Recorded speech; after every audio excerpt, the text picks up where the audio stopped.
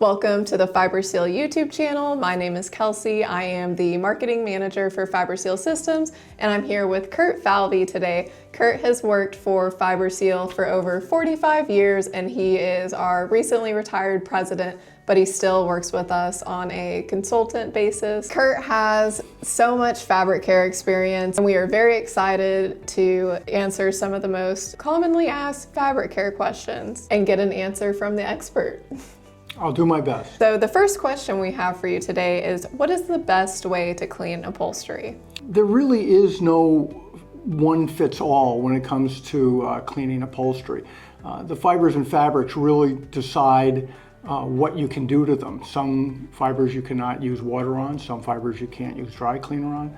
So it really depends on the fibers and fabrics and the construction when it comes to cleaning. So there's not a one-size-fits-all solution. It really just depends on the fabric type. Right, and you really need to know your fibers and fabrics and to determine what is the best way to clean it. So you'd have to see a particular sofa. Okay, and nobody knows fabrics and fibers like Kurt over here. Our next question is, how often should upholstery and floor coverings be professionally cleaned? There are carpet manufacturers that have specific warranties, and they state that typically it's between 12 and 18 months you have to have it cleaned every year or the warranty is voided. That's not the same with rugs and upholstery. And it comes down to the traffic, the use it gets. Are there kids? Are there pets? If you know, the more kids, the more pets, the sooner you have to clean it. Maybe literally 6 months you need to have it cleaned.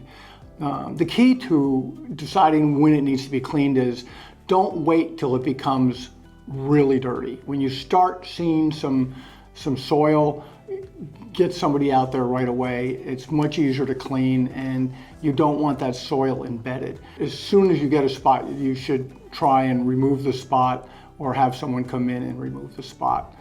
Again, you don't want to leave those stains on there for a long period of time. That's really good information. Thank you for that. So in terms of upholstery cleaning do's and don'ts, what would you say the top do's are for upholstery cleaning and also the don'ts? Let's start with the don'ts. It's easier. Don't use home remedies to try and clean upholstery. There's a lot of different, baking soda works great, and you take out red wine by using white wine, and all these different techniques. Use dish soap. Well, how much? And are you going to rinse it out? Can you even put water on your particular fiber or fabric? So it really, if you know exactly what you have, and maybe the manufacturer can tell you how to care for it. You have to be careful with the deck labels that are on there, because the deck labels aren't always correct. So again, it's knowing the fibers and fabrics. So what was the do's? What are the do's of upholstery cleaning? Vacuum them. Vacuum, vacuum, vacuum. Get that soil off as soon as you can. The dust builds up. Then you get a spill, so now you have wet dust, which embeds a little bit. So just make sure you vacuum on a regular basis. Flip the cushions. I know a lot of people like to save one good side so that if they have company, they can flip it over. But by that time, the other part of the sofa may not look the same. And so you really want to flip those cushions. I would do it on a monthly basis. And that's going to make them wear more evenly. And if you can swap where the cushions are, that's even better. Again, just it makes those cushions last a lot longer. I recently got a new sofa, and I have been following those tips, and it looks just as good as the day that I got it, along with some damp dusting with our phenomenal product. With FiberSeal, we talk about damp dusting. And we have a product that you spray on in a towel, and you just go over it very lightly, and it gets those soils off. But again, if you have a viscose or rayon fabric, you can't do that. You would have to use a dry cleaner on your towel and go over it and damp dust with a dry cleaning chemical. I would also like to know the best couch fabric for pets and kids. There are some micro suedes out there that are really durable, and the cats especially can't claw them because there's like a little nap there and they have nothing to hook. Where if you get a fabric that is woven, they can get in there and pull the fibers up and often fray them and break them. So if you have pets, a micro suede.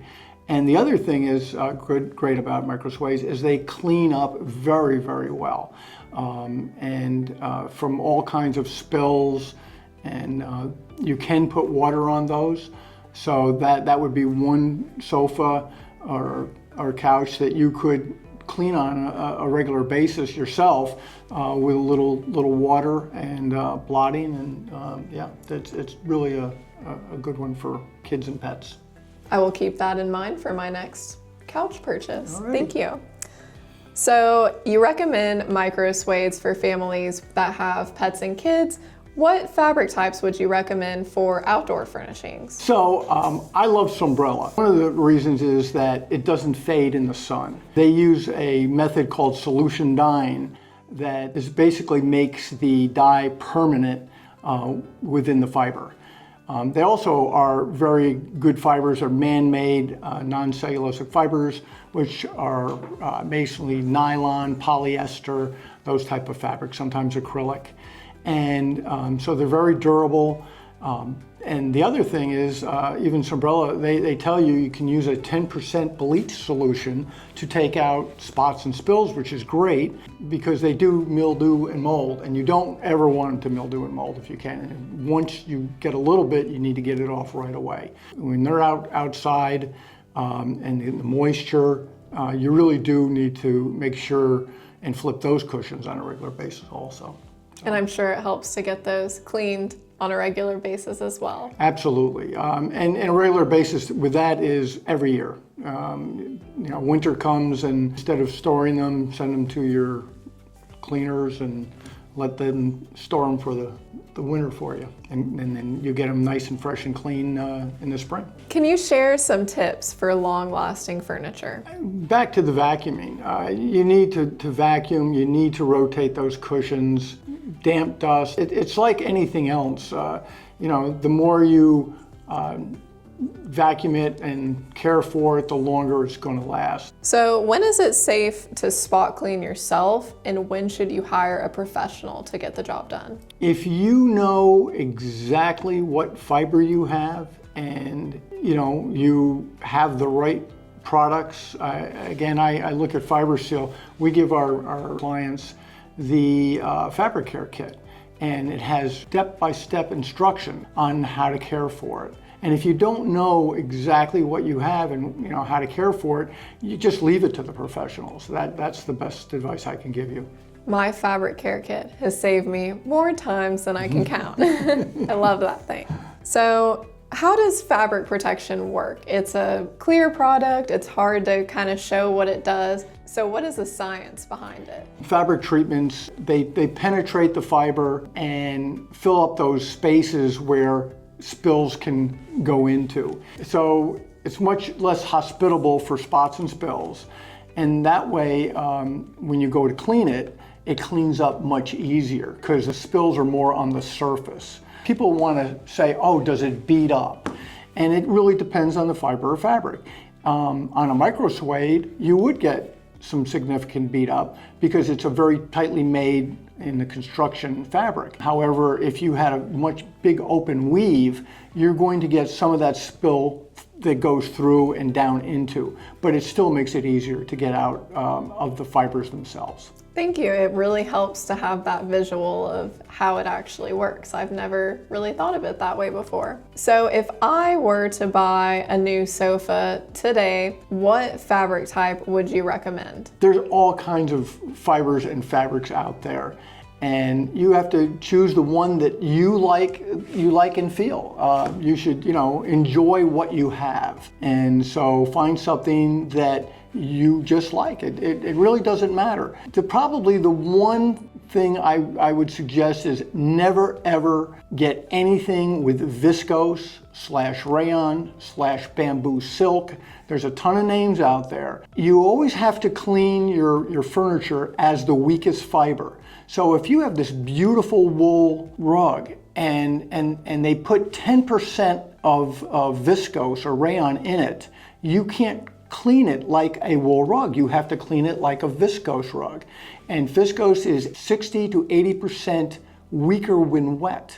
And all your spills are typically wet. So it's very hard to clean them and without breaking the fiber. So just whatever fiber you like and look and feel, and whatever you like is great. Just make sure there's no rayon or viscose. Again, bamboo silk, there's a million names of them. But it's, don't get that. It's great to know that my options aren't very limited, besides maybe don't get anything with rayon in it.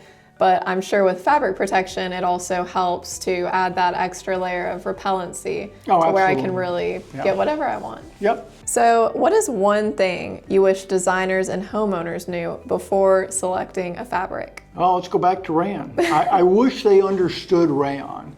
It is soft, it is lustrous, feels wonderful, and they show you that sample and you touch it and it's like, oh, this is wonderful, and it has this beautiful luster, but it doesn't hold up. Literally in a week, you could have a spill that is devastating to that either upholstered sofa or your rug. It's very hard to correct anything that has viscose in it.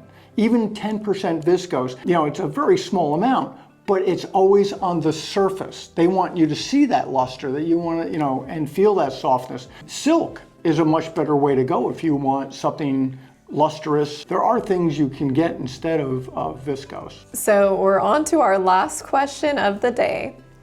Do you have one final piece of advice for anyone who owns fine furnishings? The one thing I have to say is the founder, Steve Nelson, who hired me many years ago, he always wanted people to enjoy what they have. And back in the 70s, when this first was created, people would put plastic over the top of their white sofas and didn't want anything to get on it, and they couldn't enjoy what they had.